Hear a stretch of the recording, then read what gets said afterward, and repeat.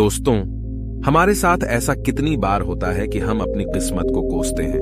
हम कहते हैं हमारी किस्मत फूटी है, ऐसा मेरे साथ ही क्यों होता है। जब हमारे साथ कुछ बुरा होता है हम आमतौर पर निराश हो जाते हैं और अपनी किस्मत पर दोष लगाने लगते हैं। हम यह सोचते हैं कि हमारे भाग्य में उठापटक लिखी गई है और सब गलतियां हमारे ही जीवन में क्यों होती हैं। हमें लगता है कि हमारे पास सही चीजों की कमी है, जिसके कारण हम अपने लक्ष्यों को हासिल नहीं कर पा रहे हैं। कितनी बार हमने बहुत सी चीजें बस यह कहकर छोड़ दी हैं कि किस्मत में होगा, नहीं तो मुझे मिलेगा कैसे। हम तो अपने आप को यह तक तसल्ली दिला देते हैं कि इसमें मेरा दोष था ही नहीं, मैं और करता भी तो क्या। ऐसे विचार आपके मन में भी आते हैं तो यह कहानी आपके लिए है। एक दिन एक व्यक्ति महात्मा बुद्ध के पास आया। उसने महात्मा बुद्ध से कहा कि मैं अपनी किस्मत ठीक करवाने आया हूं। मैं बहुत दुखी रहता हूं, मैं जो भी करता हूं वह खराब हो जाता है, मेरी किस्मत मेरा साथ नहीं देती। मैंने सुना है कि आप सभी की समस्याओं का समाधान करते हैं, क्या आप मेरी भी फूटी किस्मत को सुधार सकते हो। महात्मा बुद्ध जी ने कुछ पल उसकी आंखों में देखा और उससे पूछा, यह फूटी किस्मत तुम्हें कहां दिखी? तुम्हें ऐसा क्यों लगता है कि तुम्हारी किस्मत फूटी हुई है? उस आदमी ने कहा, मैं जो भी करता हूं तो वह हो नहीं पाता, तो मेरी किस्मत फूटी ही हुई है। किसी वक्त मेरे पास सब कुछ था, धन, सुख, आनंद। फिर मेरे माता पिता गुजर गए। जैसे जैसे करके मैंने अपनी खुद की परवरिश की। मैंने जिससे सच्चे मन से प्रेम किया, उस प्रेमिका ने किसी और से विवाह कर लिया। मैंने एक छोटा सा व्यापार शुरू किया, तो जिस मित्र के साथ मैंने वह व्यापार शुरू किया वह मेरा व्यापार ही हड़प बैठा। मुझे किसी ने बताया कि आप सारी समस्याओं का हल निकाल देते हो, क्या आप मेरी भी किस्मत ठीक कर सकते हो? महात्मा बुद्ध ने कहा, लाओ तुम्हारी फूटी किस्मत मुझे दे दो, मैं अभी उसकी मरम्मत कर देता हूं। व्यक्ति ने कहा, मैं किस्मत को कैसे दे सकता हूं, वह तो दिखाई भी नहीं देती। महात्मा बुद्ध ने पूछा, जब तुम्हें तुम्हारी किस्मत दिखाई ही नहीं देती तो तुम्हें कैसे पता कि वह खराब हो चुकी है?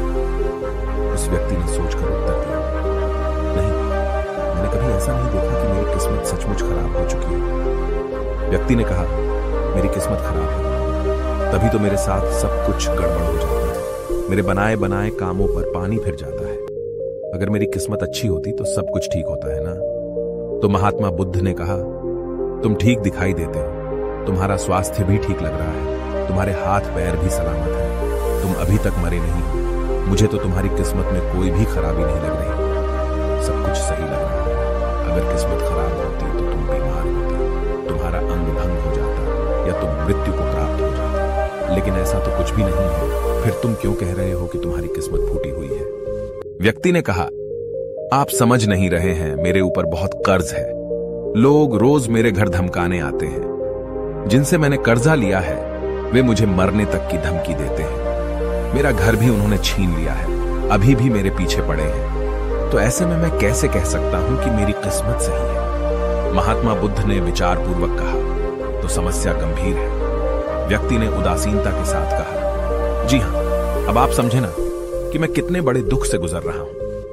महात्मा बुद्ध ने आवाज में समझाया, तुम्हारी किस्मत अच्छी है कि तुम जीवित हो इस दुख का सामना करने के लिए, और इस जीवन से ही तुम अपनी समस्याओं का सामना कर सकते हो। व्यक्ति ने कहा, बुद्ध, आप नहीं समझ रहे हो। तब महात्मा बुद्ध ने उससे कहा, समझ तुम नहीं रहे हो, आओ मेरे साथ आओ। महात्मा बुद्ध उसे व्यक्ति को अपने साथ पास वाली नदी के किनारे ले गए और कहा, यह देखो इस बहती नदी को। इस नदी में अगर मैं एक पत्ता गिरा देता हूं तो तुम मुझे बताओ, यह पत्ता किस दिशा में बहेगा? व्यक्ति ने कहा, पत्ता तो नदी के बहाव के साथ नदी की दिशा में ही जाएगा।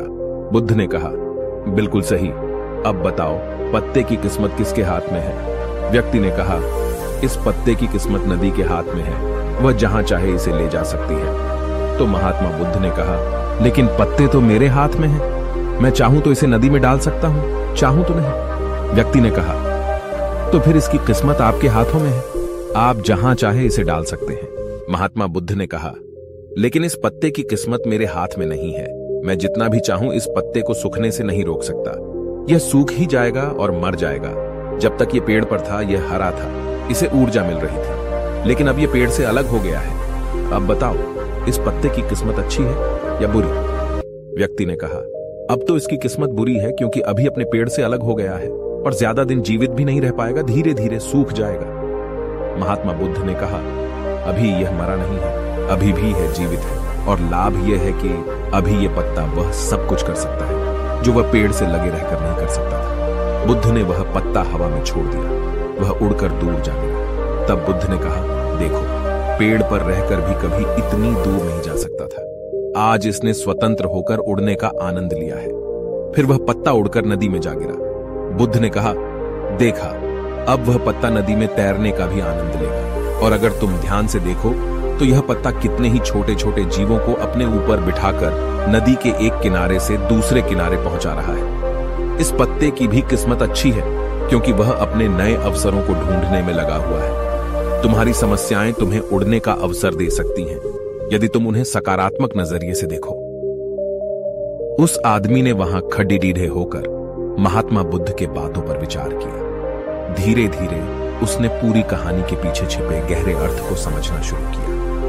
वह महात्मा बुद्ध की ओर देखते हुए बोला, आप सही कह रहे हैं महात्मा, मैंने अपने भाग्य पर ध्यान देने में अपनी दृष्टिकोण को सीमित कर दिया था। मैं इतना प्रयास कर रहा था कि समस्याओं और मुश्किलों पर ही फोकस करता रहता, जिसके कारण मैं उनमें मौजूद अवसरों को देखने में असमर्थ था। मुझे अब समझ आ गया है कि मेरी फूटी किस्मत बस एक डर और निराशा से उत्पन्न एक धारणा थी। यह कहानी हमें यह सिखाती है कि हमारी किस्मत हमारे हाथ में होती है, हम खुद अपने जीवन की दिशा निर्धारित करते हैं। हमारी समस्याओं का हल भी हमें ही निकालना होता है। चुनौतियों को एक अवसर के रूप में देखकर हम आगे बढ़ सकते हैं और अपनी किस्मत को सुधार सकते हैं। दोस्तों, ऐसी कहानियां हमें जीवन जीने का तरीका सिखाती हैं। अगर आपको यह कहानी पसंद